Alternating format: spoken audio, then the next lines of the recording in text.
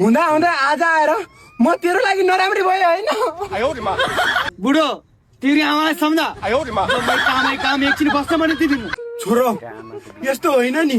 यस्तो पाराले घरबार कसरी चल्छ के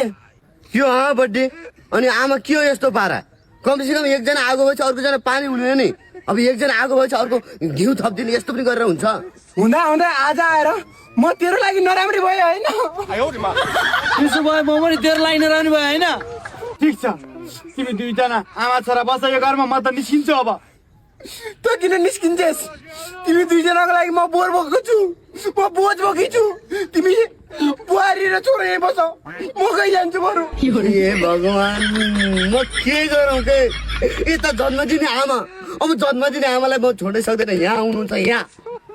अनि मेरो बर्थीले मेरा लागि संसार हाम्रो सब परिवार छोडेर आएकी छ उनी पनि मेरो यहाँ छिन् म कसलाई छोडु बुढो तेरी आमालाई सम्झा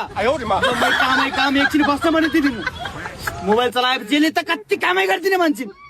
काम गर्न आएपछि केही पनि देख्दिनन्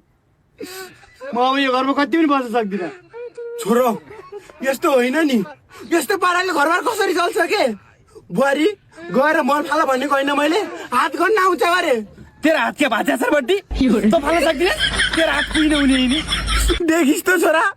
तेरै आँखा अगाडि कस्तो गर्छ यसले मलाई भन्छस् त के गर्छिस्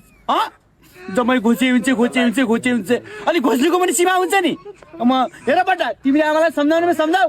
नत्र म झुलिन मरिहाल्छु अब अरे भोटी के मर्छु भनिरहेछस् के आमाले भने ठिक त हो त नि म आमाले मल फाल भन्नुभएको छ सरासर आमासँग मुङमुङ नलागेर मल फाल्न जा छिटो के रे फेरि भन्छ